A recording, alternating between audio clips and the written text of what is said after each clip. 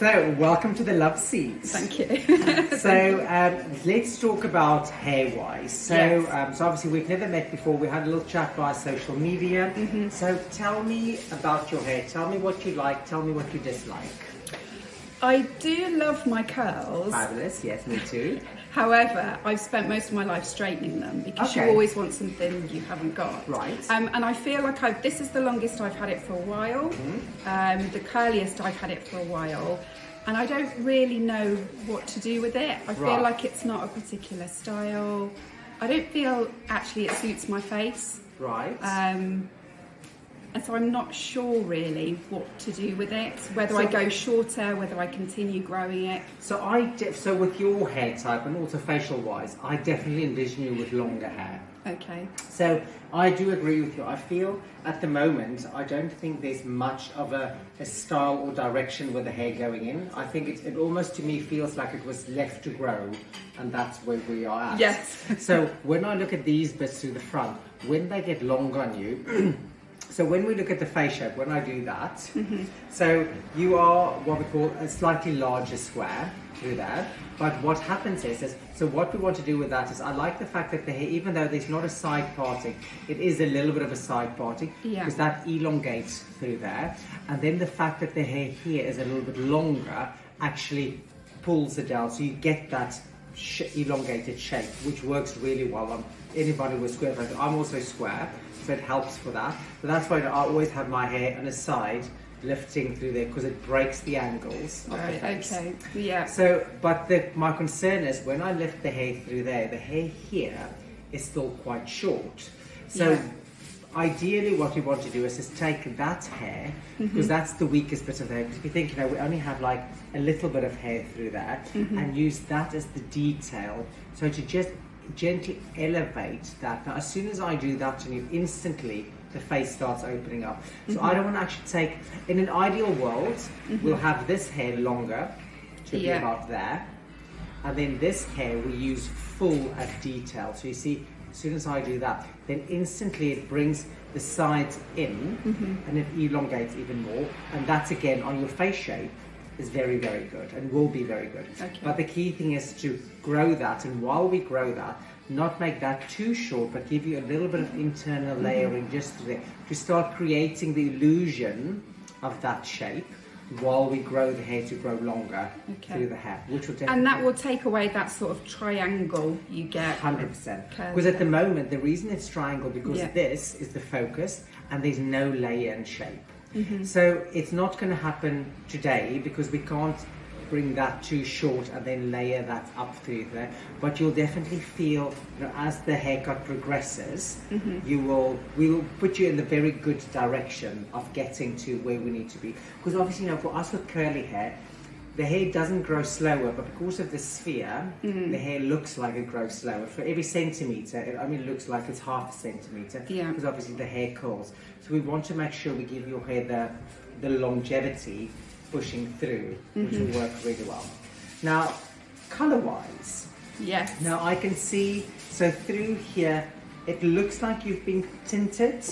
Yes, so I've been having highlights to try and blend in the grey. Right. But I think she also put a tint on top last time, I think. So I can see, because I can definitely see, because there's no, so with highlights, what we normally do is if you look through there, you will see some of the dark coming through, but you can actually see there's a solid line. So it means that there's no natural left in that. Now, do you like the grey? No, because I think it makes me look older than I am. Okay. And I don't think it suits my face. Right. Sort of my colouring. No, so I don't like it. That's a definite no. So if I always say to people, if you don't like the white hair, don't have white hair. That's my mum, who's 76, I have her colour that hair every 2 weeks, because some people, like my mother-in-law, looks amazing with white hair. We took her white last year. She looks incredible. The best choice ever. My own mum, not so much, so we are colouring that hair all the time. Now, when you look at the hair at the moment, how do you feel about that colour through there? I quite like it, but I don't know if it actually suits my face colouring. So I think, so part of the thing that, I definitely like you with a bit of warmth in it. Like when we look at with the skin tone, if you look at me, I'm very yellow, where you definitely have a bit of blue in the skin, so you are cooler. And also if I look at the back of your arm, like if you look at me, I'm very yellow, you are very blue. Sweaty You see? and cool, yeah. so you are a lot cooler than me. But also your eye colour is blue, so you've got cool skin, cool eyes, which means this can't be too cool because otherwise there's no contrast between. Right. So what we want to do is if you've got cool skin, cool eyes, you generally want to have warmer hair. Right. If you are like me, I've got warm eyes, warm skin, the hair tends to be, if I put anything that's too warm on it, I start looking unwell, unless it's very dark or very, very light. So with you, we look at the eyebrow colour, we look at the eye colour. So we don't want to have massive contrast between the hair and the skin and the eye and but you can definitely be copper. If you want it to be copper, you can go into that sphere. That will look incredible on you. I always say to people with copper, some people like it, some people don't, but I'll just tell you all the variety. But the honeys, like what you have in, will definitely work very, very well. The chocolates will work very well on you. I would probably stay away of putting too much lifter through your hair to make you blonder, just because I will be concerned about the quality of your hair, especially as you wear the hair curly. But what I may do is do whatever we decide, just here and there, have a little bit just on the ends, just pick up 1 or 2 pieces just here. So when the colour sits, it gives you widths of lightness just here and there. And then what I will do is I will actually take some darker colour, put it in between this, that your hair has a bit more contrast. Because when I look at it at the moment, it feels very blocky. You can see a little bit of lightness through there, but then through there, well, a little bit of lightness there as well. But then through there, it's more solid. So what we want with curls is we want a definition and different depths of colour. So when we look at it, the eye does this. The colour does that to the eye, which will make the head pop and become alive a lot more, which I think will be very good. Now, how do you feel about the tones that I've mentioned? I don't know, when you say copper, what do you mean by copper? So to me, copper is like a copper kettle, like a bright copper kettle. So you don't have to be red. You also, I don't envision you, like if I bring that colour to you there, that for me on your skin tone is too light. So you are definitely a deeper type of colour. If we say copper, I will do panels of copper in the hair.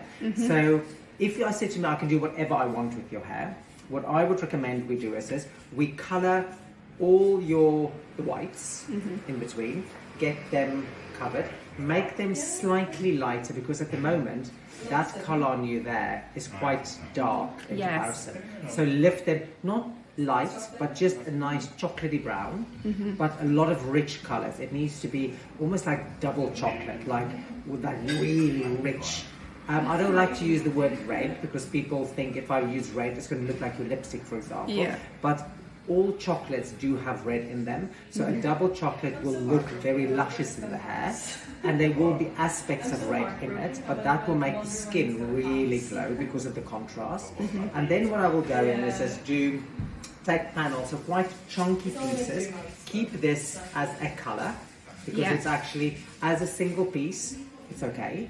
And then go in with a copper and a chocolate in between, and take big pieces out and colour them out so that you have multiple tones running through the hair. And then just here and there on the ends, do a little bit of a balayage with just a little bit of blonde there, a little bit of blonde there, that create that illusion of kind of like quite whimsical, romantic feel. Oh, we like that. We need some of that in life. Let's do it.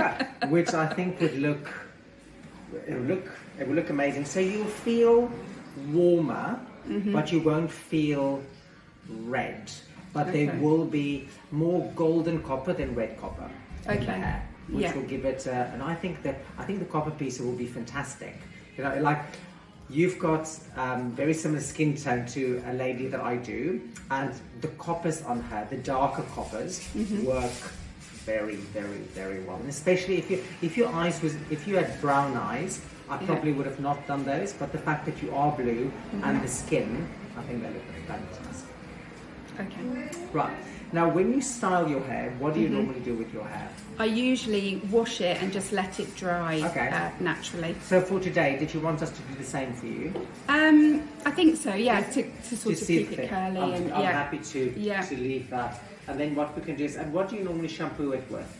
I currently use a brand called Bouclam for curly hair. Yes, I've heard of the brand. I don't know the brand, but the only thing that I always say is as long as it's silicone free. Yeah, I think it is. I don't mind.